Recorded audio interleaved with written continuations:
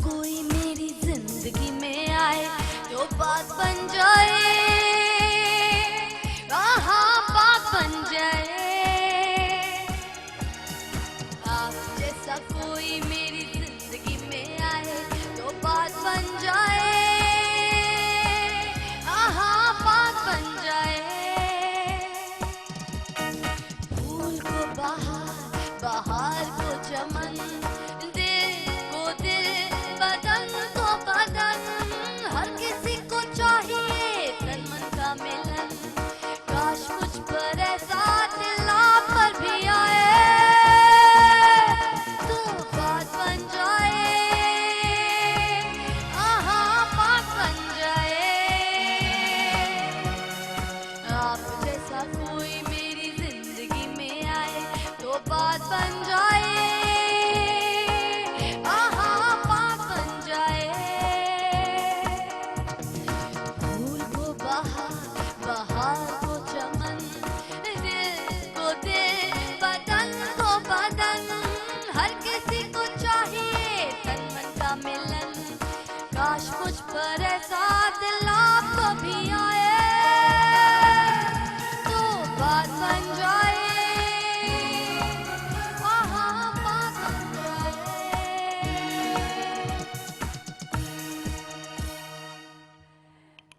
अस्सलामुअलैकुम। I hope सारे देखने वाले सुनने वाले सब खैरियत से होंगे। 3 दिन खूबसूरत तरीन ईद गुजारी होगी, सबके फ्रिज भरे हुए होंगे। सबसे पहली बात, सब सब सब अपने फ्रिज भर के बैठे हुए होंगे। अच्छा जी, ये गाना आज फिर डेडिकेट किया है हमने नाज़िया हसन जी का, और नाज़िया हसन जी को ही डेडिकेट करी हूँ मैं स्पेशली। ट्रिब्यूट, एज मैंने कहा था, मैं कोशिश करूँगी कि ट्रिब्यूट पेश करूँगी नाज़िया हसन जी को अपने मोनोलॉग में, कि जो नॉर्मली आप मोनोलॉग बोल रहे होते हैं या कोई बात कर रहे होते हैं तो उसमें स्पेशल ऐसी किसी को आप ट्रिब्यूट दे दें या किसी को आप कोई ऑनर दे दें तो वो बहुत स्पेशल हो जाता है। तो हमारे तो ये लेजेंड्स लोग हैं, हम इनको कैसे भूल सकते हैं। इसलिए हमने अपने जो एक खूबसूरत ये जो शो की बात कर रहे हैं, हम अपने मॉर्निंग शो की बात करें तो यहाँ पे इंटरटेनमेंट हम आपको शो कर रहे होते हैं। ऑल्सो हम काफ़ी सेंसिटिव जो इश्यूज़ होते हैं उसके ऊपर भी बात कर रहे होते हैं, तो वाई नॉट हम अपने लेजेंड्स को भी अपने साथ याद रखें। तो बात हो रही थी कि सब ने अपने फ्रिज जो है वो भर के रखे होंगे और अच्छी खासी जो है तरीके से ईद मनाई होगी, घूमे फिरे होंगे इस तरह से कि कभी खाला के घर, कभी फूफी के घर, क्योंकि अच्छी प्लानिंग तो हमने आपको बड़ी तरीके से सिखा दी थी।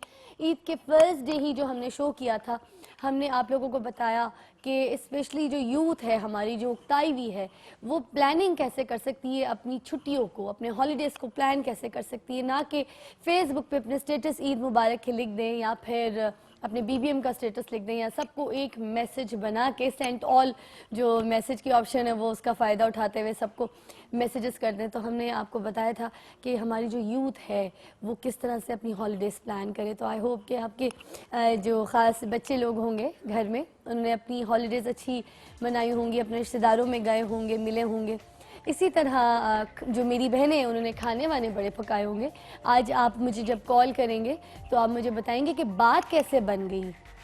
जैसे हमने अभी नाज़िया हसन जी का गाना गाया कि बात बन जाए, तो आपकी बात कैसे बन गई, आपने क्या रेसिपी खिलाई, गोश्त के कौन से ऐसे पकवान बनाए जिससे बात बन गई। मतलब एक होता है ना यार, बात बन गई, क्या खाने पका के खिलाए, इज्जत हो गई पूरे ख़ानदान में। तो ये ख़ास आज आपने कॉल करके बताना है कि आपकी बात कैसे बन गई। ऑल्सो हमें बहुत बहुत बहुत फरमाइश आई है, जो ईद का सेकंड डे का मेरा जोड़ा था जो मैंने पहना था, इरम खान का, इस्लामाबाद बेस्ड डिज़ाइनर हैं, मैंने आपको बताया, बहुत पसंद करते हैं उनके काम को लोग, और ख़ुद भी वो बहुत प्यारी पर्सनालिटी हैं।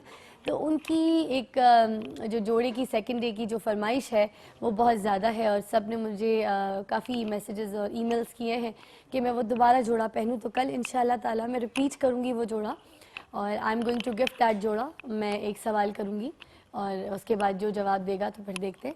उसकी कॉस्ट बहुत एक्सपेंसिव है, बहुत महंगा जोड़ा है, मगर आप लोगों के प्यार से ज़्यादा महंगा नहीं, इसलिए हम वो गिफ्ट करेंगे। ऑल्सो आज रेसिपीज़ बतानी है, किसने गोश्त में क्या खिलाया। देखिए, आलू गोश्त के बारे में तो कोई नहीं बताएगा, गोश्त की बिरयानी के बारे में भी कोई नहीं बताएगा, गोश्त के पुलाव के बारे में भी नहीं बताइएगा, इससे हट के, क्योंकि गोश्त की और भी बहुत सी डिशेस बनती है, इससे हट के अगर कोई डिश है तो वो खास बताइए। और आज एक और बात आपको बताती चलूँ, ये आपको दिख रहे हैं यहाँ पर चीज़, ये जो मेरे 5-5, 6-6 अक्स नज़र आ रहे हैं, ये है DWP की इंतहाई फ़खरिया पेशकश। ये है Eco Star smart LED 3D TV, और ये पाकिस्तान का पहला और स्मार्ट टीवी है जो कि एंड्रॉयड प्लेटफॉर्म पे पेश करता है, और ये तफरी फराहम करने वाला जदीद तरीन LED 3D टीवी है, जिसमें किसी भी जदीद तरीन 3D टीवी की तमाम तर सहूलियात के अलावा कुछ ऐसे फीचर्स भी हैं जो किसी और टीवी में आपको ख़ास नहीं मिलेंगे। और इसके साथ साथ इसकी जो कीमत है वो भी मैं आपको बताती चलूँ कि इसकी जो कीमत है वो 32 इंच का जो इनका U800 मॉडल है उसकी कीमत है 59,000 रुपीज़, और 42 इंच का जो टीवी है उसकी कॉस्ट है, एक सेकेंड, उसकी कॉस्ट है 85,000 रुपीज़, और इनका 47 इंच का जो मॉडल है U700 वो है 1,18,000, और 55 इंच का जो मॉडल है इनका वो U700 वो है 1,69,000 का। तो प्राइसेस भी बहुत अफोर्डेबल है, चीज़ भी और क्वालिटी भी बहुत डिफरेंट है, अच्छी है। और इसके साथ साथ चंद इजाफी चीज़ें भी हैं, वो भी बताती चलूँ कि एंड्रॉयड स्मार्ट टीवी का जो ये उसमें आप इतना ज़्यादा काम कर सकते हैं कि उसमें आप गूगल के ज़रिए बहुत ज़्यादा एंड्रॉयड एप्लीकेशंस जो है वो डाउनलोड कर सकते हैं, इंस्टॉल कर सकते हैं, और एंड्रॉयड एप्लीकेशंस और वेब ब्राउजिंग के लिए स्पेशली आपको वायरलेस कीबोर्ड और माउस कंपनी की तरफ से जो है वो बिल्कुल मुफ्त मिलता है, फ्री मिलता है। और इसके अंदर बिल्ट इन वाईफाई कनेक्टिविटी का जो ऑप्शन है उसकी मदद से, और उसके साथ साथ एक और जो है एथरनेट केबल ऑप्शन जो है, ये भी जब दोनों ऑप्शंस किसी भी हार्डवेयर में इकट्ठे कर दिए जाते हैं, जहाँ तक मैं जानती हूँ, तो समझिए कि उसकी जो कैपेसिटी है मोर देन डबल हो जाती है। मसलन अगर आप किसी LED टीवी में सिंपली एथरनेट केबल लगाइए और वाईफाई हॉटस्पॉट ऑन कीजिए और मोबाइल, लैपटॉप या PC किसी भी चीज़ के साथ कनेक्ट होकर आप इंटरनेट यूज़ कर सकते हैं। फ्री ब्राउजिंग के लिए गूगल ग्रूम की जो सहूलत है वो ऑलरेडी मौजूद है, और इसके अलावा वीडियो चैट या स्काइप चैटिंग के लिए भी आपके पास USB कैमरा सपोर्ट करने के लिए हब मौजूद है। और ये एक इंतहाई ज़बरदस्त फीचर है कि जिसके साथ मैं आपको कहूँ कि जिसमें तस्वीर बहुत मज़े की लगती है, it's all 3D I told you. तो एक छोटा सा वक्फा दरकार है, वक्फे के बाद आपको दोबारा ज्वाइन करेंगे, और रहिएगा मेरे साथ आज। और ख़ास आपने मुझे आज ये बात बतानी है कि इस 3 दिन ईद में आपने ऐसा क्या किया, ऐसा क्या खाना पकाया, ऐसी कौन सी रेसिपी बनाई गोश्त की ख़ास कि बात बन गई। कॉल आपकी दरकार होगी, साथ रहिएगा तो आए हाय हाय बात बन जाए।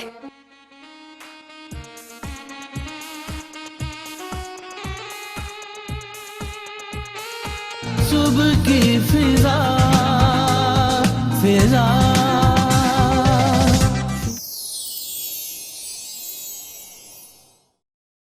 सुबह की फिजा फिजा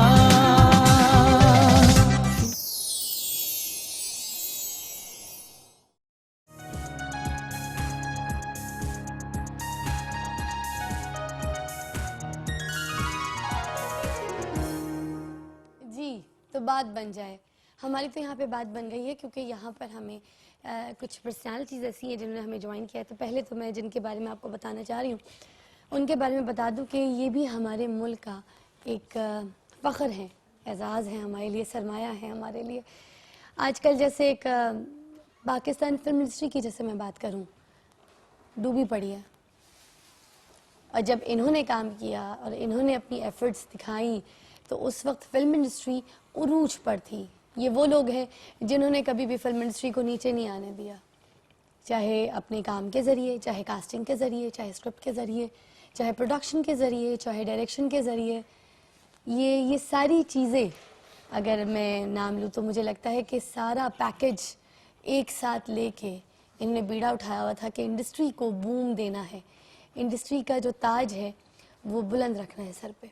मगर आज खैर आज जो हालात हैं उसके ऊपर भी बात करेंगे कि क्या रीज़न्स हैं, क्या लगता है इनको कि क्या वजूहात थी, और नए दौर के जो डायरेक्टर्स आए उनकी वजह से ये नैया डूब गई, जिस कश्ती को इन्होंने पार लगाया था, ये क्या वजूहात थी, सारी बातें हम इनसे जान सकेंगे। सबसे पहले मैं तारुफ कराना चाहूँगी, हमारे साथ तशरीफ़ रखते हैं असलम डार साहब, जिनके वालिद साहब MS डार साहब, एक बड़ा नाम जिनकी मूवीज़ में सल्तनत और भी बहुत से नाम, दूल्हा भट्टी वगैरह जो है वो शामिल हैं। और साथ साथ ये भी बताते चलूँ उनके भाई भी जो थे उन्होंने भी फिल्म इंडस्ट्री के लिए बहुत काम किया, बल्कि हैं माशाल्लाह से अभी तक काम कर रहे हैं। भाई जो हैं मैं उनके भी नाम बताना चाहूँगी, सईद डार साहब और हमीद डार साहब, इनके भाई भी एक कैमरे पे इन्होंने बड़ी एफर्ट्स, बड़े काम किए, बड़े आपको शॉर्ट्स, खूबसूरत खूबसूरत फिल्में, खूबसूरत खूबसूरत सीन्स बना बना कर आपके सामने पेश किए।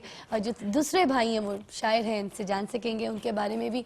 तो इनके क्रेडिट में जो फिल्में हैं वो कोई एक फिल्म अगर मैं नाम लूँ तो मतलब इट्स अ लॉट, मसलन बशीरा, सखी, लुटेरा, मुजरिम कौन, डारा, आखिरी चट्टान, और ऐसी बहुत सी खूबसूरत खूबसूरत फिल्में, इश्क नचाए, गली गली, ऐसे और भी बहुत सी फिल्में। 35 इन्होंने जो फिल्म्स हैं वो एज अ कैमरामैन की हैं, 26 फिल्म इन्होंने एज अ प्रोड्यूसर की है, उसके अलावा 30 मूवीज़ एज अ डायरेक्टर की है। तो मैंने आपको कहा ना कि हमारे साथ एक ऐसी पर्सनालिटी है जिनका नाम जैसी मैं लूँगी आपके सामने, जैसे कि मैं लिया असलम डार साहब, तो अब बात भी आपकी वैसी करवाना चाहूँगी कि आप खुद भी कॉल कीजिएगा। तो असलम डार साहब यहाँ पे मौजूद हैं, तशरीफ़ रखते हैं, आप उनसे रब्ता कर सकते हैं, उनकी फ़िल्मों के बारे में पूछ सकते हैं, उनसे बात कर सकते हैं। अस्सलामुअलैकुम। ठीक ठाक है, खैरियत से।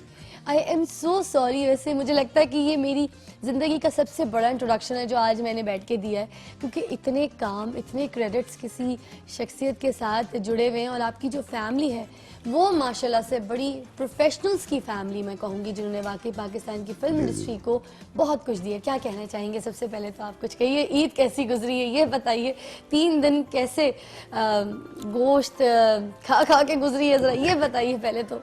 नहीं, मैं खैर अब उम्र के हिसाब में होकर ज़्यादा गोश्त नहीं खा सकता, लेकिन ये है कि बहरहाल मैं इस वक्त 78 का हूँ माशाल्लाह, और 51 में मैंने फिल्म लाइन को ज्वाइन किया था। जी शौक मेरा जो था वो बेसिकली मुसव्वरी का था, जी स्टार्ट का, जी लेकिन फिर एक वक्त ऐसा आया कि मैंने वहाँ से कन्वर्ट करके फिल्म की तरफ में चला गया, जी क्योंकि ये मुझे बड़ा कैनवस नज़र आया इसमें, जी और मूवमेंट्स भी इसमें नज़र आई, तस्वीर तो साबित होती है, जी तो ये फिर मैं इसकी तरफ रुजू किया। बाकी आपने बातें बहुत सी मेरी बता दी हैं तो बाकी ये है कि और कुछ बात पूछें। अभी तो आपसे मैं बातों का अगर- सिलसिला तो चलेगा, सवाल जवाब भी चलेगा, मगर साथ ही यहाँ पर एक बड़े प्यारे से गुड लुकिंग से लड़के बैठे हैं जिनको मैं कहूँगी अपकमिंग हमारा फ्यूचर है ये।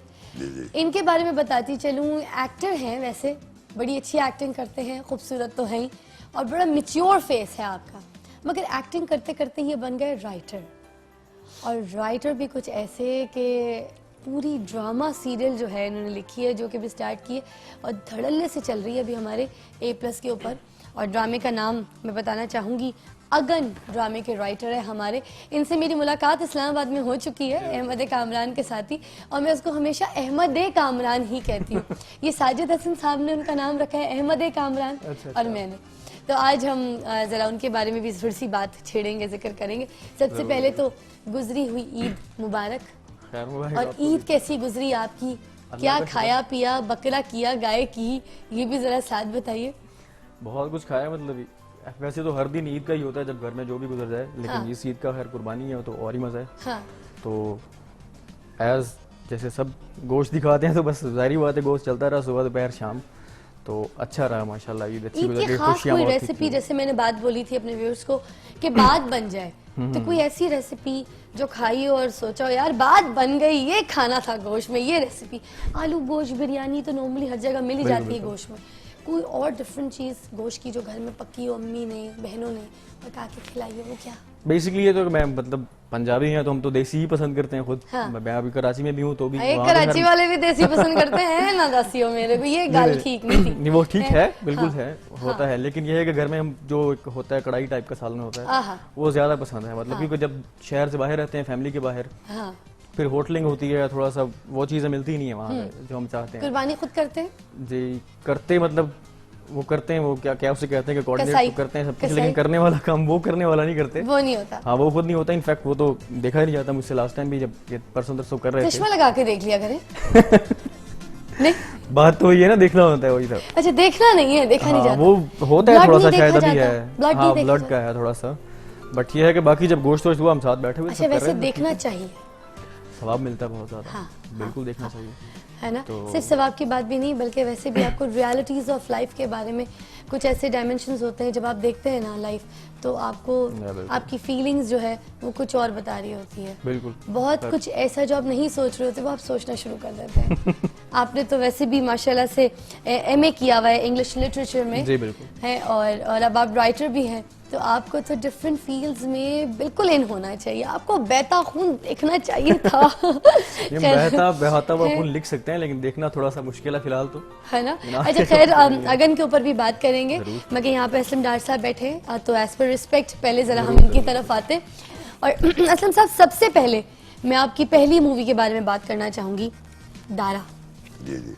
जरा कुछ हमें उसकी याद ताज़ा कराइए, हमें कुछ उसके बारे में बताइए। आपकी पहली मूवी थी, तो आप कैमरामैन पहले आए फील्ड में, जी जी। उसके बाद आपने डायरेक्शन और प्रोडक्शन चूज किया, तो जब पहली फिल्म आपकी दारा आई, तो उसके बारे में आप जरा फीडबैक बताइए, लोगों का क्या था?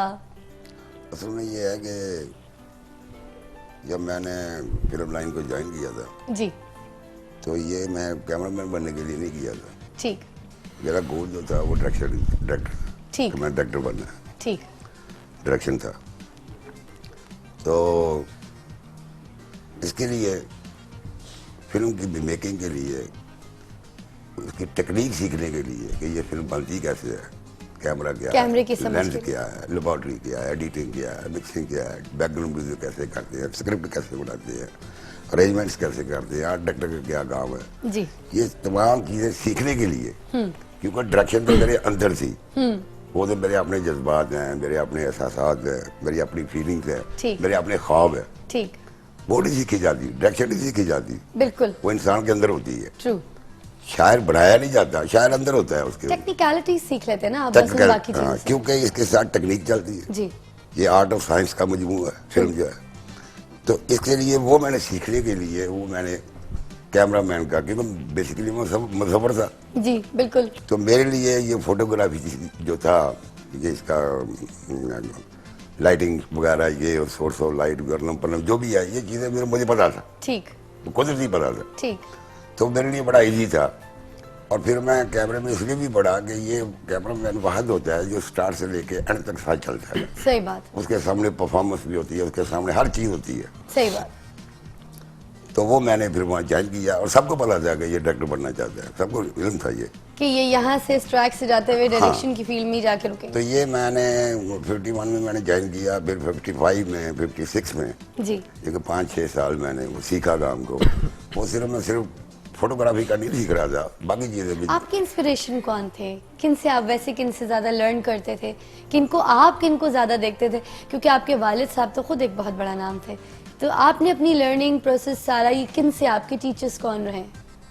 ये सही, मुझे डायरेक्शन में मेरा कोई उस्ताद नहीं, ठीक।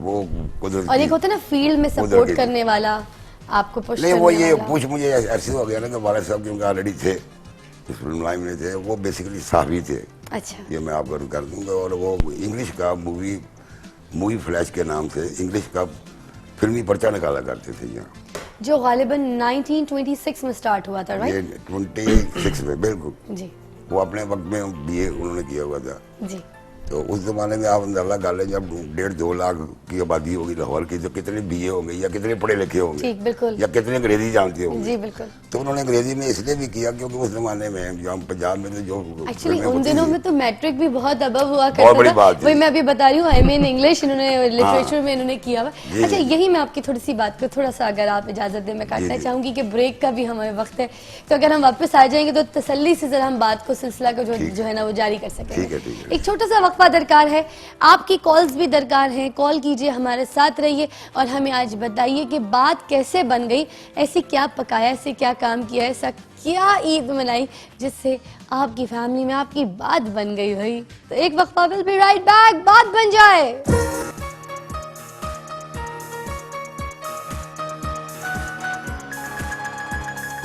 सुबह की फिजा फिजा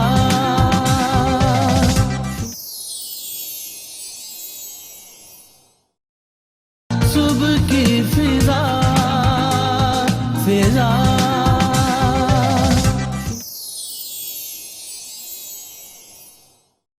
सौ बरस की जिंदगी में एक पल, 100 बरस की जिंदगी में एक पल, 100 बरस की जिंदगी में एक पल।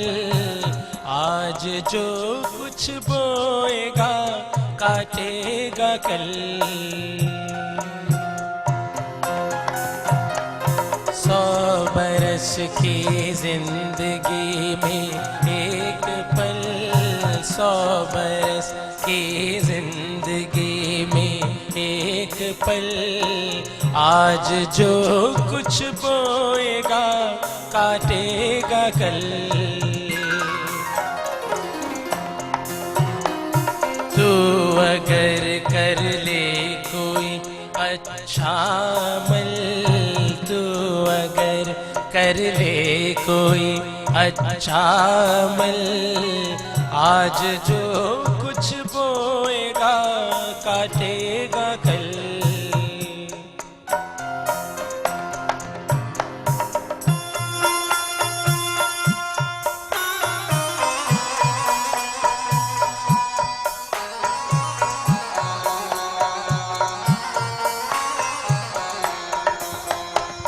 एक आदम की सभी औलाद हैं, एक आदम की सभी औलाद हैं।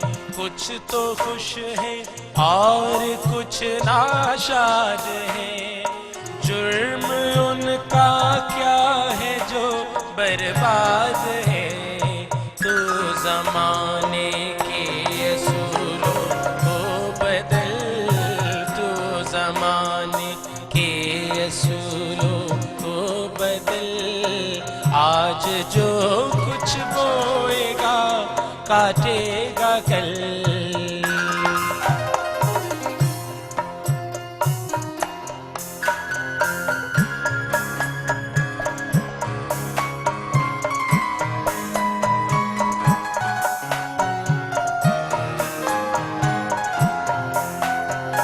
गम को सीने से लगाना सीख ले, गम को सीने से लगाना सीख ले।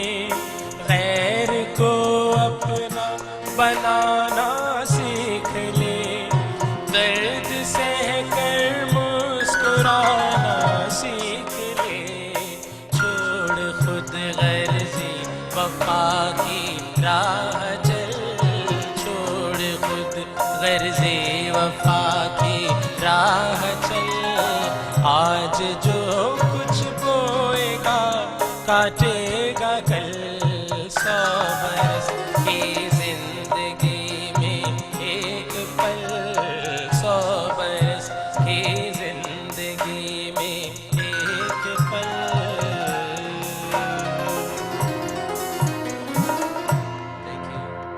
सबसे पहले आपकी तारीफ में, आपको जवाब में मैं कुछ सुनाना चाहूंगी। जी, जी। अब आप भी गौर से और शोर से सुनिएगा। जी जी जरूर, आपकी सुनते ही हैं हम। पढ़ लिख के बड़ा होके तुम एक किताब लिखना, अपने सवालों का तू खुद ही जवाब लिखना। पढ़ लिख के बड़ा होकर तुम एक किताब लिखना, अपने सवालों का तू खुद ही जवाब लिखना।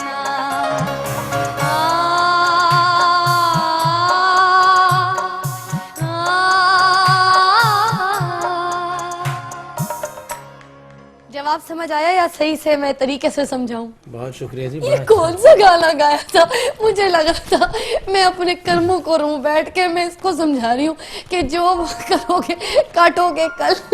अच्छा था, बहुत खूबसूरत गाया है, मगर आते के साथ ही जो सबक सिखाया फिर मैंने भी सिखा दिया। बड़ी मेहरबानी। मैं सबसे पहले तो आपका बड़ा शुक्रगुजार हूँ कि आपने और इतनी बड़ी शख्सियत के होते हुए मुझे बुलाया, ये मेरे लिए वही तो मैं बात कर रही हूँ। डार साहब तशरीफ रखते हैं यहाँ पर। अब आप भी बैठिए।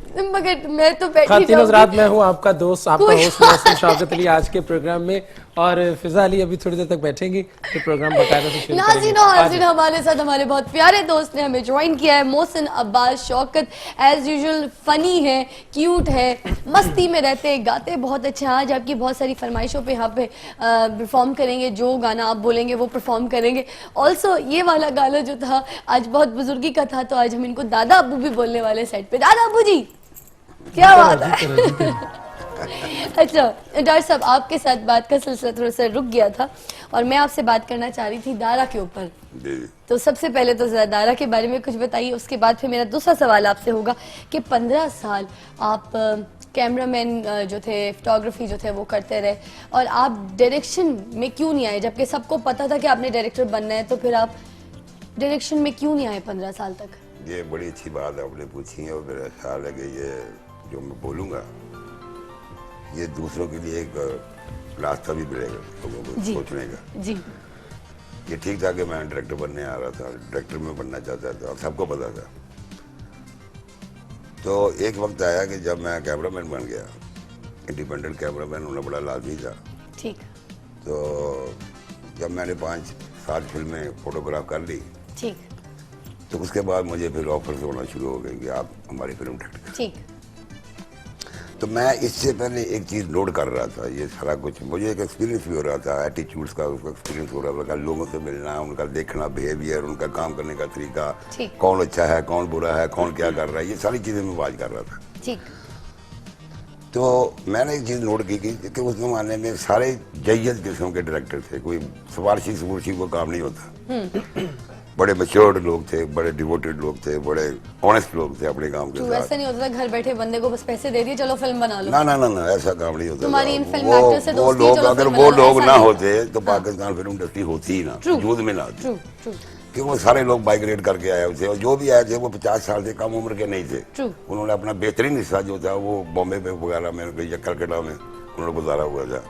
जो शौकीन होता था यहाँ पार्टीशन से पहले, वो उसकी मंजिल बॉम्बे होती थी या कलकत्ते जाता था, वो भाग के चला जाता था, चाहे वो म्यूजिक का हो, चाहे वो एक्टर हो, चाहे राइटर हो, चाहे कोई भी हो। तो बहरहाल वो जो बुजुर्ग हमारे आए वो बड़े डिवोटेड किस्म के लोग थे। तो मैंने जो चीज़ नोट की कि वो जब फिल्म बनाते हैं, फिल्म चलती है, फिल्म अच्छी भी जाती है, तो अब उनको एक ऐसे सरमायादार की ज़रूरत होती है कि जो आए उनको बोले कि भाई ये पैसे हैं और आप फिल्म बनाएं। वो उस इंतजार में बैठे होते। ठीक। बाद दफा वो 5-5, 6-6 महीने, साल भी बैठे रहते थे। ठीक। तो मैंने ये सोचा कि ये जिंदगी तो कोई पता नहीं है कितनी है। हाँ। तो ये वक्त ज़ाया का हो रहा है ये तो। हाँ। तो इसका मतलब है फिल्म सिर्फ बनाना सीखना या बात करने की बात नहीं है, पैसा भी चाहिए। सही बात। फिल्म पैसे के बगैर नहीं बनती। बिल्कुल बिल्कुल। तो यहाँ से मैंने एक अपना जो थोड़ा चेंज और अपने अंदर किया कि ये सरमाया कैसे इकट्ठा किया जाए, ये भी होना चाहिए। तो मैंने फिर जब मैंने एक प्लान किया, और प्लान ये था, ये मैं जो बात कर रहा हूँ ये बड़े गौर से सुनने वाली बात है आने वाले लोगों के लिए जी। कि मैं प्रोड्यूसर कैसे बनूं, मेरे पास पैसा भी होना चाहिए। मैं था तो सिनेमाटोग्राफर, कुछ खर्चे भी कर लेता था। तो मैंने कुछ पैसे पसंदाज करना शुरू कर दिए अपने, और जब मेरे पास पहला डायरेक्टर प्रोड्यूसर आया कि आप मेरी फिल्म करें, तो मैंने उनसे कहा मेरी 2 शर्तें होंगी। एक ये है कि पहले तो मैं चौंका कि डायरेक्टर की भी कोई शर्तें होती है। डायरेक्टर तो पैसे मांगते हैं, इतने सही पैसे बात। लूंगा बिल्कुल। तो बात खत्म हो जाएगी। हाँ। मैंने कहा मैं डायरेक्शन का 1 रुपया नहीं लूंगा, अच्छा, पैसा आप लगाएंगे, मेरी मेहनत होगी। लेकिन अगर आपकी फिल्म पास हो जाए और आपको 1 रुपया प्रॉफिट हो, 1 रुपया, हाँ। आप मुझे 4 आने देंगे। ओए होए क्या बात है। और दूसरी ये कि मैं क्या फिल्म बनाऊं, हाँ। किस एक्टर को लूं, क्या करूं, उस पर आपने नहीं बोलना। तो वो मेरा मुंह देखते थे कि ये क्या बात कर रहे हैं, एक नया फार्मूला लेके आ गए। वो कह रहे ये दुनिया में कभी हुआ है, डायरेक्टर अपना मुआवजा ले, आप अपने पैसे दे। मैंने कहा नहीं, मैं इसी कंडीशन पे काम करना है, वरना नहीं करना। जी तो इसलिए ये जो पीरियड मेरा लगा, वो इसलिए लगा कि मुझे ऐसा प्रोड्यूसर, वो भाग जाते थे, वो चले जाते थे, ठीक। वो कहेंगे ये नए कानून इसने शुरू कर दिया यार। तो इसलिए मुझे 10 साल लगे एक ऐसे प्रोड्यूसर के इंतजार में जो मेरी शरारत को माने। सही बात।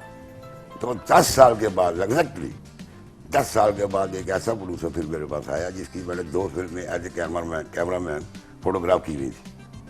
अल्लाह करे ऐसे और भी बहुत से प्रोड्यूसर्स मिले, ऐसे और भी बहुत से फाइनेंसर्स मिले जो हमारे अभी यूथ के जो बल्कि और भी अच्छे डायरेक्टर्स हैं, और ख़ास हमारे कमिटमेंट वाले जो डायरेक्टर्स हैं उनको खास तौर पे फाइनेंस करे ताकि हमारी फिल्म इंडस्ट्री दोबारा मूव करे। इसके लिए मैं एक बात कहूँगा कि इसके लिए पेशेंस चाहिए, इसके लिए हौसला चाहिए, इसके लिए कॉन्फिडेंस चाहिए। जी ये बहुत बड़ी बात है, क्योंकि 10 साल एक अरसा होता है। ट्रू। तो मैंने वो वेट किया एक अच्छे मुस्तकबिल के लिए, एक अपनी बातें करने के लिए, क्योंकि मैं जब प्रोड्यूसर होता हूँ तो मैं एक किस्म का समझ लो डिक्टेटर हूँ। ट्रू। मैं कहानी में भी देखता हूँ, मैं म्यूजिक में भी देखता हूँ, आर्टिस्ट किसको लेना, किसको करना, क्या नहीं करना, किसको क्या कर देना है, ये तब मैं कर सकता हूँ जब मेरे पास सरमाया हो। सही बात। अगर सरमाया किसी का है तो वो तो आपको पता है, वो प्रोफेशनल लोग होते हैं, वो तो कहते हैं कि भाई इसको भी लाइए, टॉप का फलाना एक्टर है, इसको ले लें, ये कर ले, वो कर ले, पुरानी हीरो ले लें, ऐसी कास्ट दे कि हमारी फिल्म फटाफट बिक जाए, ये करे। आप ये अंदाजा करें कि जब मैंने पहली फिल्म स्टार्ट की शुरू की तो मैंने अल्लाह से दुआ की कि या अल्लाह, यहाँ बड़े जयद किस्म के डायरेक्टर हैं, बड़े हर आदमी अपनी फील्ड में बड़े नाम पैदा किए हुए हैं, तो मैं कोई ऐसा काम करना चाहता, मैं इनके साथ मुकाबला नहीं करना चाहता, ये मास्टर लोग हैं। सही बात। लेकिन मैं कोई ऐसा काम करूं कि जो इन्होंने ना किया हो, ये स्क्रीन पे ना आया हो। तो मैंने अल्लाह से दुआ भी की, सच्ची बात है, और अल्लाह ने मेरी रहनुमाई भी की। कोई 1-1.5 महीना लगा मुझे इस पीरियड में। मैं क्या करूँ, अब मान गया, प्रोड्यूसर मान गया, ठीक है मुझे तुम्हारी शराइत मंजूर है, अब क्या बनाना है, अब ये मेरे पे ऊपर आ गया। तो मैं सोचते मेरे दिल में आ गया ये एक टार्जन करेक्टर है, हाँ। वो इनमें से किसी डायरेक्टर ने नहीं बनाया, हाँ। हमारे पाकिस्तान में बनी ही नहीं, तो क्यों ना मैं ये टार्जन फिल्म बनाऊं। अच्छा, अब टार्जन ये वाली बात हम जो है ना यहाँ पे रोकें क्योंकि हमें एक वक्फा चाहिए अर्जेंट, और वक्फे के बाद जो है हम आपको दोबारा ज्वाइन करेंगे। सारे गेस्ट यही तशरीफ रखते हैं। प्लीज़ कॉल कीजिए और बताइए कि आपकी बात कैसे बन गई। ये जो ईद के 3 दिन आपने गुजारे हैं, कैसे बात बनी है जी, कैसे? तो बन जाए बात। Take a break.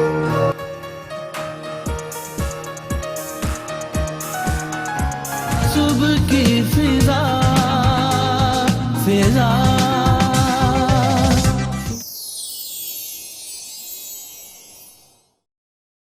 सुबह की फिजा फिजा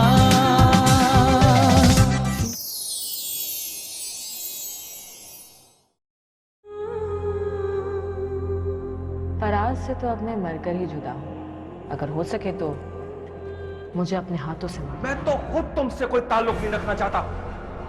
तुम जैसी बदकिरदार लाश। आइंदा अगर तुम मुझे सुकैना के आसपास भी नजर आए तो आई विल किल यू। होते कौन हो मेरे और सुकैना के बीच में आने वाले? औकात में रहो। अगर मुझे किसी की इज्जत का ख्याल नहीं होता तो मैं तुम्हें बताता कि मेरी औकात क्या है और तुम्हारी।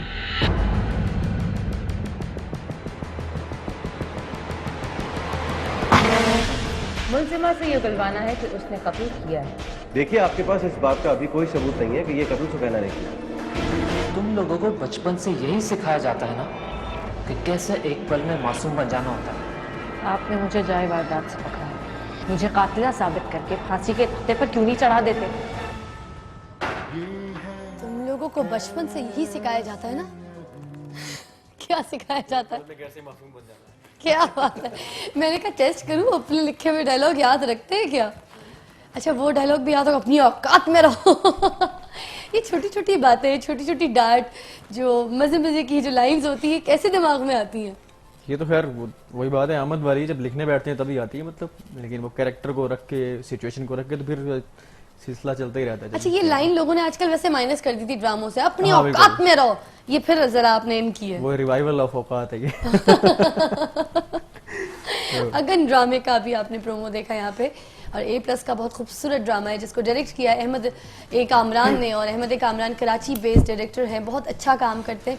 उनके क्रेडिट पे बहुत सारी सीरियल्स हैं जिसमें साथ निभाना है, साथ सुरन, इन दोनों में तो मैं ही थी, दिया तीसरे में भी मैं ही थी, बाकी जो है ताल्लुक जिसमें मेरा और आपका वहाँ पे जो है हाँ टाकरा पड़ा था। वो टाकरा तो थोड़ा सा बता दें आप, किस तरह का टाकरा था, मुझे याद नहीं आ रहा, मगर कह रहे तो बताइए। वाकया भी हुआ था, वो टाकरा एक वाकया की सूरत इख्तियार कर गया था, वो ये था तो वाकया थी कि वैसे तो मतलब आई हेट टू डिस्कस कि मैं गवर्नमेंट ऑफिसर था, बट मेरी प्रमोशन हुई थी एज असिस्टेंट डायरेक्टर। अच्छा। तो मैं वहाँ पे अहमद कामरान से मैंने पहले एक सीरियल किया था उनके साथ, वो प्ले किया था, तो जब दूसरे पे मिलने आया मैं उनके साथ वहाँ पे, तो इस्लामाबाद में? हाँ मैं वैसे उन दिनों इस्लामाबाद में ही था। अच्छा। तो मैं साथ स्वीट्स लेके चला गया, कुछ चीज़ें खाने पीने के लिए, उन्होंने मुझे, जाहिर बात है फिर मुझे कैसे छोड़ते, खा लिया खा गया, ठीक, तो मैंने सबको खिला दिया, बाहर ही पकड़ा दी मैंने, अंदर आपका सीन चल रहा था। क्या खिला रहे थे? मिठाइयाँ थी, सब कुछ वही थी, अच्छा। बिस्किट्स भी थे, तो एक मिठाई का डब्बा अंदर भेज दिया गया कि चलो अहमद कामरान को भी दें, जरा साथ में बैठे हुए सारे, हाँ। तो आप सबको आप खिलाना शुरू हो गई। हाँ। तो मैं भी वहाँ जाके बैठ गया, जब कट हो गया अहमद कामरान के साथ, तो सबको मैं खिलाना शुरू सबको खिलाना शुरू हो गई, तो मुझे भी कह रही है कि खा लें, आप भी खा लें, तो मैंने कहा पहले तो मुरव्वत में कहा इट्स ओके, मतलब आप खाएं प्लीज खाएं। हाँ। तो उसके बाद मेरी खाएं मैंने मंगवाया, बहुत खुशी हुई मुझे, ये नहीं मुझे याद था कि कौन सी खुशी आपने कही थी, बट मैं यही कह रहा था कि यार मतलब मैं ही लाया हूँ और मुझे कही जा रही है खा ले खा ले, मैंने मंगवाई, खा ले खा ले। तो फिर मैंने आराम से कहा कि वैसे कि मैं ही लाया हूँ, आपने खाना है तो खा ले। असल में मुझे ये लगा कि आप शायद शर्मिंदगी में नहीं खा रहे, तो इसलिए मैंने कहा मैंने मंगवाई, खाने का। बिल्कुल वही मैं कह रहा हूँ, मुरव्वत में थोड़ा सा मैं छोड़ रहा था कि बस ठीक है आप खा लें प्लीज, आप खा लें। और आपने इज्जत में उस वक्त मुझे बिल्कुल भी ना बोला कि मैं लेकर आया हूँ। तो वही मैंने आखिर में बता दी, मैंने कहा वैसे कि मैं ही लेके आया हूँ, तो आप भी खा लें।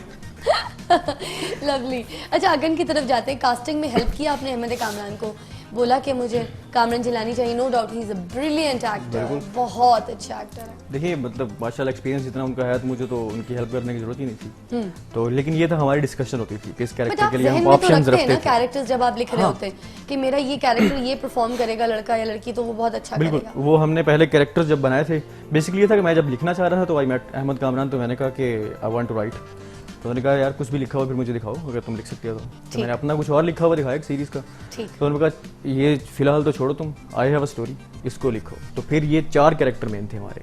अच्छा। ये सुखैना का, फराज, तो दूसरा यासिर का था और एक अहमद का। तो इन कैरेक्टर्स उन्होंने कहा यार ये मतलब ये लाइफ है, ऑफ कोर्स वन लाइनर तो मैं आपको बताऊंगा नहीं यहाँ पे। ट्रू बिल्कुल। तो वो फिर उन्होंने कहा यार इस पे कुछ लिख के मुझे दिखाओ, तो फिर वो 2-3 स्क्रीन प्लेस बनाया, जब उनको दिए तो एक उनको पसंद आया कि ये ठीक है, इस पे चलो, थोड़ी सी मुश्किलात थी, तो वहाँ फिर कैरेक्टर ऑफ कोर्स डिस्कस होते थे कि यार इसमें इसको जेल में रखो, इसमें रखो। तो इनिशियली उन्होंने फिर बात भी कर ली, वो कंफर्म भी हो गया, यहाँ से चैनल से अप्रूवल भी हो गई, तो फिर उसी को जेल में रखे यार ये बोलता हुआ कैसे लगेगा, क्या करेगा। तो शूट्स पे जाके बैठते थे, टॉर्चर देते थे, ये लाइन गलत बोली, इसको यूं बोलो। नहीं क्योंकि उन दिनों में उसके बाद पीछे मॉनिटर पे बैठ के बोलते थे कि इसने मेरी ये डायलॉग ठीक नहीं बोला, इसका सेंटेंस यूं यूं यूं बनाना था, ये गलत हो गया। वही मैंने जैसे पहले अर्ज किया कि अहमद कामरान जितना एक्सपीरियंस है उनका, तो वो अगर मैं कहता तो वो मुझे मैं छोड़ते ही नहीं कि भाई उर्दू में तो कॉम्प्रोमाइज नहीं करते। वो कहते हैं ये अगर मैं उर्दू में ड्रामा कर रहा हूँ तो उर्दू की जो लीस है वो लैंग्वेज बिल्कुल ठीक होनी चाहिए, लफ्ज ठीक होना चाहिए, वो चाहे 30 टेक्स हो जाए फिर हाँ वो भले जितनी हो जाए, मगर वो इस बात में जो है ना बड़ा मशहूर है।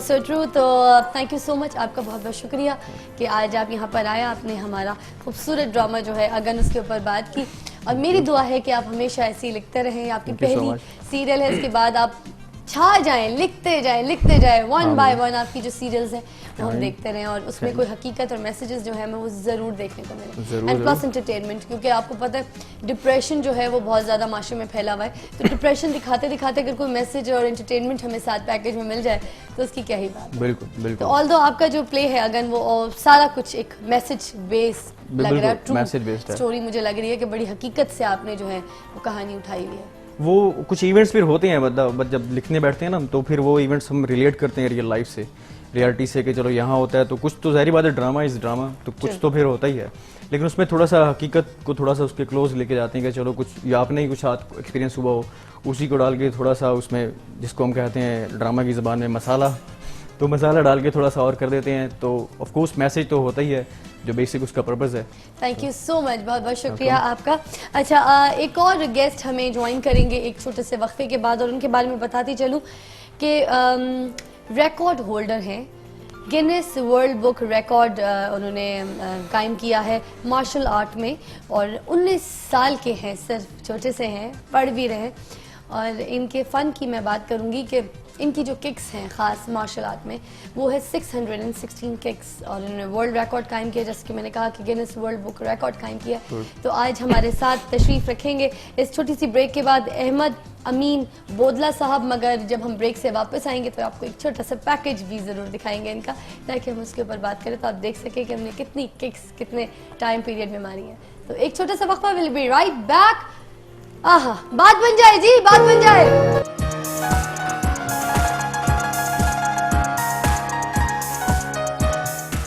सुबह की फिजा फिजा,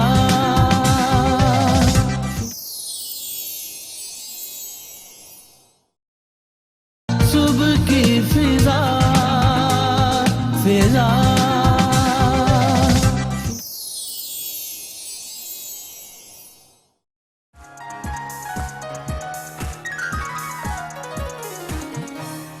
वेलकम बैक। अभी हमें जिन्होंने ज्वाइन किया है वो है अमारा अशफाक, और इनका भी एक सोप जो है धीरे से, वो बहुत ही मज़े का सोप है।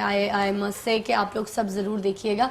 पहली बार लिखा है इन्होंने, हमारे साथ तशरीफ रखती है हमारा। अस्सलाम वालेकुम। वालेकुम अस्सलाम। आपसे बातचीत का सिलसिला जारी रहेगा, मगर अभी ब्रेक से पहले मैंने एक पर्सनैलिटी मैंने कहा था उनको मैं यहाँ पे इनवाइट करूँगी, जिन्होंने अभी वर्ल्ड रिकॉर्ड कायम किया, गिनेस वर्ल्ड बुक रिकॉर्ड में अपना नाम लिखवाया है, बड़ी बात है। और अहमद अमीन बोदला साहब हैं जो कि सिर्फ और सिर्फ 19 साल के हैं, तो प्लीज़ वेलकम, हमारा प्राउड है जी, आइए जी।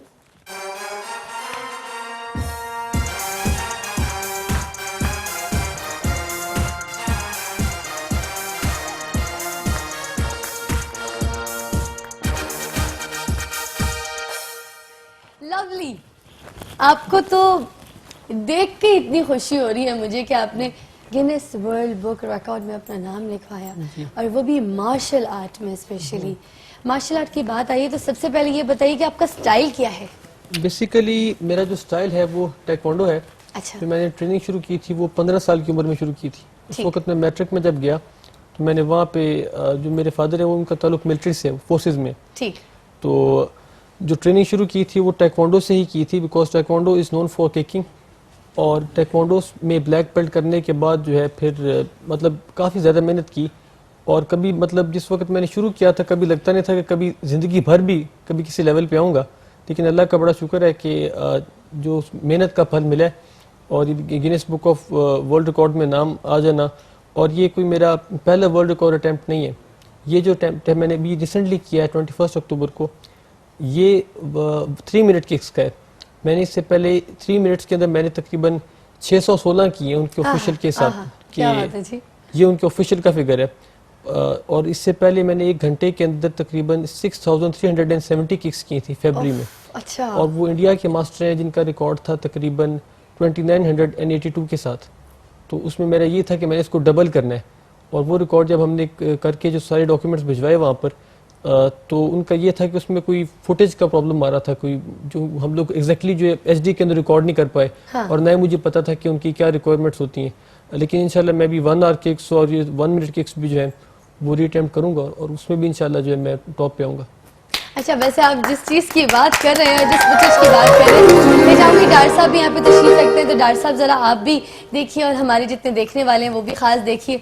अब्बास आप भी देखिए, हमारा आप भी देखिए ज़रा। तो हम दिखाते हैं एक छोटा सा पैकेज, और ये किक्स जो है स्पेशली इसकी फुटेज ज़रा आप देखिए। 10 सेकंड।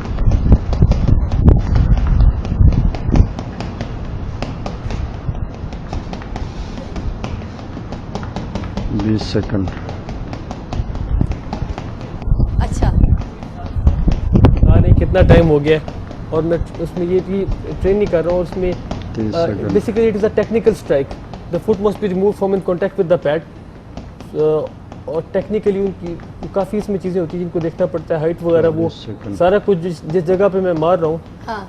ये घर के पीछे ही हमारे लगा हुआ है ये किक बॉक्सिंग बैग। अच्छा। तो उस पर ही मैं ट्रेन कर रहा हूँ। ये 3 मिनट के अंदर भी ये किक्स लगती हैं, 1 मिनट के अंदर भी। तो काउंट करना ही बड़ा मुश्किल है। मैं आपके सामने काउंट करती हूँ, देखती हूँ ये पता कैसे एग्जैक्टली चल 1 2 3 4 5 6 7 8 9 10 11 12 13 14 15 16 17 18 19 20 21 22। उफ, ब्रेक ली। मतलब मुझसे तो काउंट ही नहीं हो रही थी, इतनी मुश्किल है भाई। ये बेसिकली काउंट तो गिनेस के ऑफिशियल से भी नहीं हो रही थी। हाँ। तो जिस वक्त मैंने मारी तो स्पीड बड़ी तेज थी भाई। जी बेसिकली 1 मिनट के अंदर भी यही स्ट्राइक्स होते हैं और 3 मिनट्स के अंदर भी यही होते हैं, 1 आवर के अंदर भी यही होते हैं। हाँ। जो कि उनकी 3 कैटेगरीज हैं। Most martial art kicks in 1 minute using 1 leg, in 3 minutes using 1 leg and in 1 hour using 1 leg. तो टेक्निकली उसके तकरीबन कोई 20 के करीब रूल्स हैं जिनको फॉलो करना पड़ता है। उसमें से एक में भी आप नहीं फॉलो करेंगे तो आपको डिस्क्वालीफाई कर देंगे उसमें। राइट। तो इसमें काउंट बेसिकली स्लो वर्जन के अंदर होती है। हाँ। और उसमें वो हमारे जो एक्सपर्ट्स थे, इसके अंदर क्या भरा होता है जिसमें आप किक कर रहे हैं? कोई ये basically sand bag type punching bag है? ये पंचिंग बैग है, यस पंचिंग बैग है। अच्छा अच्छा अच्छा। इसके ऊपर इससे कोई प्रेशर आपके पैर पे नहीं लगता, बस आपको एग्जैक्टली हिट्स का पता चलता है कि आपने कितनी किक्स मारी हैं। एग्जैक्टली प्रेशर नहीं, प्रेशर का जहाँ तक ताल्लुक है तो पिछले साल मुझे काफ़ी ठीक ठाक चोट लगी थी आर्म पैड पे ट्रेन करते हुए। तो वो उस पर 3-4 माह जो है I was out of action. उस वक्त जो मेरा इस घंटे वाले से जो पहला रिकॉर्ड था वो 1 मिनट के अंदर मैंने तकरीबन 260 से ऊपर किक्स की थी। 168 का रिकॉर्ड था इंडिया के सिद्धू कशेत्री का।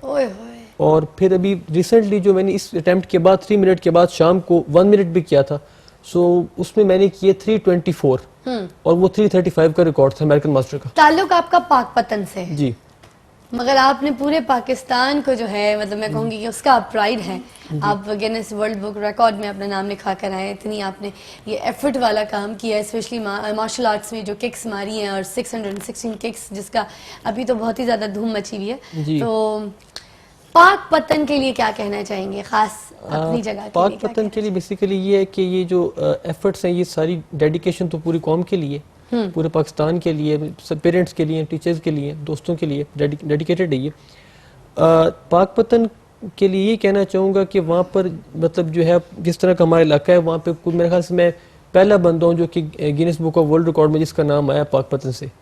और पाक पतन में ना तो हमारा कोई मार्शल आर्ट्स का क्लब है। एक चीज है कि आपका तो चलो मिलिट्री बैकग्राउंड था, आपको ट्रेनिंग फैसिलिटीज वगैरह भी मिल गई, मगर नॉर्मली हम देखते हैं कि पूरे पाकिस्तान में बड़े शहरों में भी आपको अच्छे और पेटेंट जो हैं मार्शल आर्ट टीचर्स नहीं मिलते। एग्जैक्टली उसकी बेसिकली कि चलो 2-4 किसी को भी किक्स आ गई तो वो कहते हैं हम बस ऐसे ही विद द बेस्ट। एग्जैक्टली ऐसे ही है। उसका रीज़न ये है कि एक तो जो इस फील्ड से ताल्लुक रखते हैं उन लोगों की एजुकेशन कम है।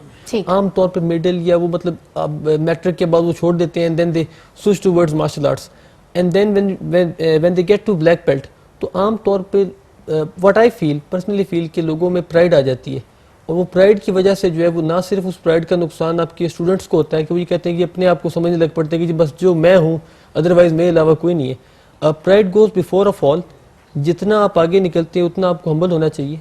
ये मेरा पर्सनल बिलीफ है। और मैं आपकी इसी बात को आगे बढ़ाऊंगी कि हम लोग मार्शल आर्ट में किक्स और पंचिंग तो सीख लेते हैं, बॉक्सेस वगैरह सारी, मगर जो उसकी असल स्पिरिट है exactly, वो कोई नहीं सीखता। उसकी रूह को समझने की कोशिश नहीं करते। बट आप माशाल्लाह से हमारे बहुत स्पेशल आज गेस्ट थे, तो स्पेशली आज हमने आपको बहुत ज्यादा ऑनर देने की कोशिश की है। तो एक वक्त हुआ चाहता है ब्रेक का, विल बी राइट बैक। तो बात बन जाए जी, बात बन जाए।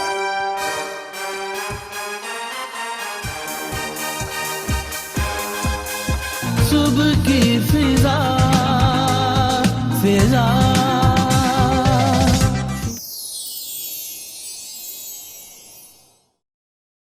सुबह की फिजा फिजा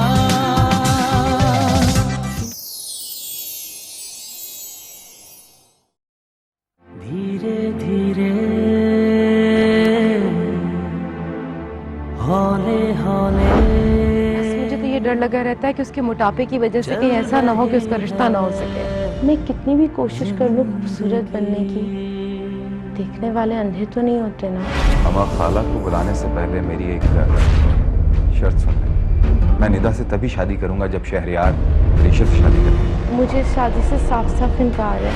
2 टके की लड़की ने मुझे ठुकरा दिया जिसकी खुद कोई शक्ल सूरत नहीं है।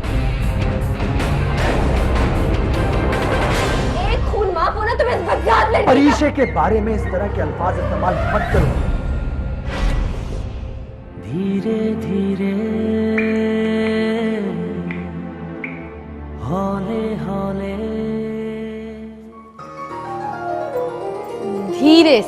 धीरे से अम्मारा अशफाक यहाँ पर राइटर तशरीफ रखती हैं जो कि सोप लिख रही हैं और लिखा है बड़ा खूबसूरत, बल्कि हमारे A+ के लिए धीरे से, जिसका नाम है, जो कि आप देख सकते हैं वेडनेसडे थर्सडे 8 बजे के टाइम पे, और आप अपनी फीडबैक भी दे सकते हैं। इसकी 8 एपिसोड्स जो है वो ऑन ईयर हो चुकी हैं, अब 9वीं एपिसोड जो है वो ऑन ईयर होने को है। तो हमारे साथ तशरीफ रखती हैं। सबसे पहले मैं जरा बात करना चाहूँगी, प्रोमो भी अभी आपने देखा, ख़ास ये जो धीरे से का प्रोमो है, जब ये चल रहा था, जब मैं भी शुरू में देख रही थी तो मैं कहीं जाती थी तो लोग मुझसे पूछते थे कि जो एक लड़की है जिसको कैरेक्टर आपने एक दिया, लुक दिया, जिसमें वो मोटू सी है, चश्मा उसने लगाया हुआ है, although she is looking very cute, but ये कैरेक्टर क्या इसकी डिफाइन करता है, इसका बैकग्राउंड क्या है। ऑल्सो फिर इसमें भी जो है कामरान जिलानी है, क्योंकि अगन में भी कामरान जिलानी है, इस सोप में भी कामरान जिलानी है, तो इसके बारे में थोड़ी सी कुछ हमें ज़रा एलैबोरेट कीजिए बात। ये मैंने सोप जो है, मतलब ये जो परीशे लड़की है जो ये फिजा ज़ारा कर रही हैं, ठीक, ये रोल कर रही हैं इसमें, तो इन्होंने मतलब काफ़ी अपने आप को किया, इस करेक्टर में ढालने की कोशिश की है। मतलब जिस तरह मैं चाहती थी कि इस करेक्टर को मैं सामने लाऊं, जिस खूबसूरती से चाहती थी कि ये मतलब बल्कि भी लगे, हेल्दी भी लगे, लेकिन एक मासूमियत इसके चेहरे पे, मासूमियत तो आई है, वही हाँ, मैंने जो मैं चाहती थी। उन्होंने मेहनत भी काफ़ी की है। इसके डायरेक्टर के बारे में जरा हमें बताइए। इसके डायरेक्टर हैं अमजद हुसैन खान एंड प्रोड्यूसर हैं मिराजुद्दीन। तो दोनों के साथ काम करके मुझे, हालांकि मेरा फर्स्ट प्रोजेक्ट है, दोनों के साथ काम करके मुझे बहुत ही मज़ा आ रहा है। एज अ फैमिली मुझे ट्रीट करते हैं।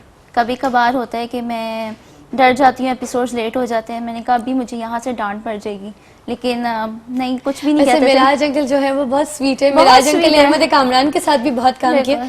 मेरे भी कामों की शुरुआत जो है वो मिराजुद्दीन साहब के साथ बहुत ज्यादा रही है। मुझे मिराज की तरफ से कोई टेंशन नहीं हुई। उन्होंने कहा मेरी तरफ से आप कुछ भी लिखो, कोई भी करो, मतलब वो कहते हैं कि मतलब मुझे इन्होंने खुली छुट्टी दी हुई है कि आप अपनी मर्जी से आराम से लिखो। अच्छा, आपको लिखने की इंस्पिरेशन जो है मेरे ख्याल से आपको इस वजह से भी मिल गई कि फायजा इफ्तिखार जो है वो आपकी चची है। हाँ जी, मेरी चाची जी, फायजा इफ्तिखार साहिबा जो आपकी चची है, तो जरा कुछ बताइए। इंस्पिरेशन तो आपने ली कि वो लिखती हैं, मैं भी लिखूं, उनके ड्रामे देखती रही, मगर इतने कॉम्प्लिकेटेड जो कैरेक्टर्स हैं उनको आपने कैसे मैनेज किया, हमें ये इतना तो बताइए, बिकॉज यू वेरी यंग माशाल्लाह, और एज अ राइटर आपका ये फर्स्ट प्रोजेक्ट है, तो हमें थोड़ा बताइए। मेरा वैसे ना 3 इयर्स का एक्सपीरियंस है, क्योंकि हम लोग एक साथ रहे हुए हैं, फायजा चाची और हम लोग, तो मतलब तब तक तो मुझे ये नहीं पता था कि मैं राइटर बनूंगी, तब तक कुछ नहीं था, मैं तो डिज़ाइनिंग की तरफ जा रही थी। ठीक।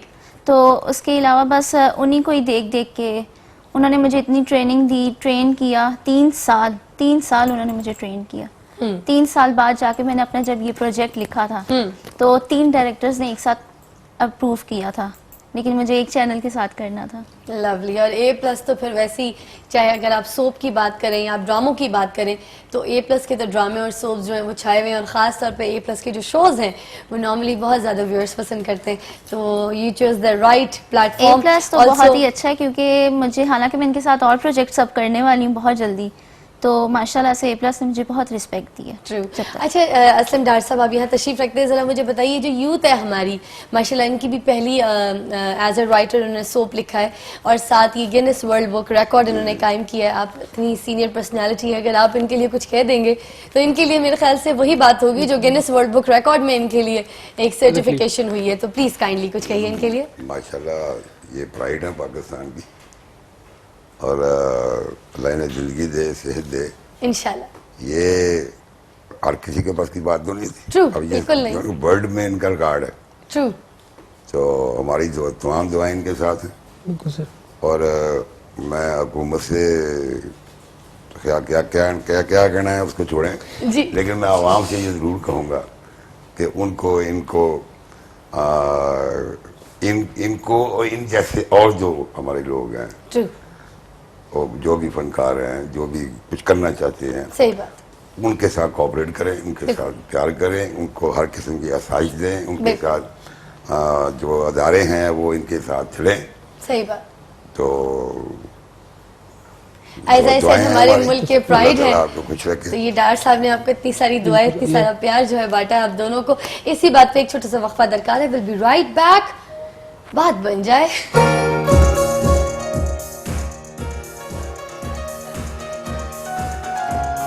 सुबह की फिजा फिजा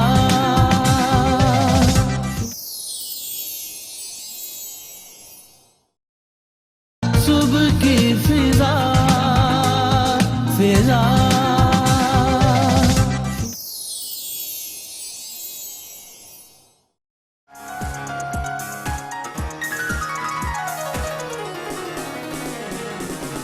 वेलकम बैक।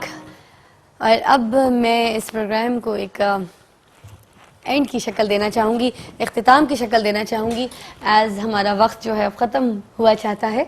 और शुक्रिया करना चाहूँगी सबसे पहले हमारे साथ यहाँ पे जो हैं असलम डार साहब, उनको शुक्रिया अदा करना चाहूँगी कि बहुत बहुत शुक्रिया आप आए।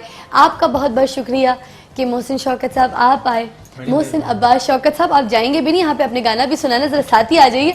और आपका बहुत बहुत शुक्रिया अमारा अशफाक कि आप आई और हमारे A+ के लिए इतना खूबसूरत सोप लिखा। और आपका बहुत बहुत शुक्रिया अहमद अमीन साहब, बोदला साहब खास, कि आपने इतना मुल्क का नाम रोशन किया। आप हमारा प्राइड है। बहुत बहुत शुक्रिया, खुश रहिए। अब वक्त हुआ चाहता है कि हम आपको एक अच्छा सा गाना यहाँ पर सुनाएं जो कि आप पेश करेंगे। कल आपसे दोबारा मुलाकात होगी। अपना बहुत ख्याल रखिएगा। अल्लाह हाफिज। जी बिल्कुल, खड़े हो गड्डी चलदी ते बे जावे गोरा बंदा ढूंढदे आ किते काले उन रह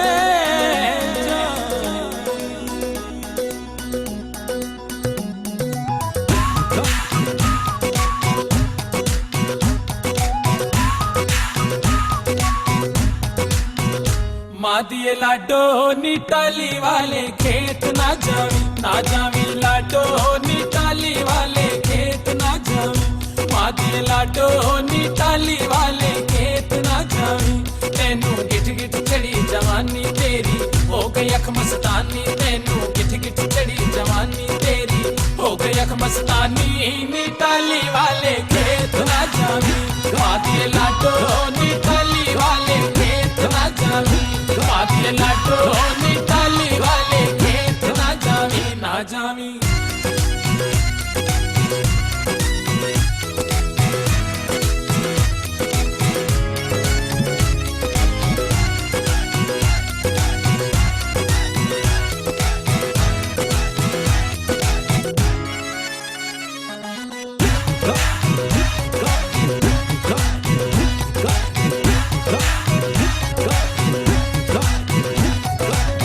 साली दे थल्ले जुड़दी नित मुंडिया दी टाणी फिरदे आशिक इश्क पालदे उमर तेरे दे हानी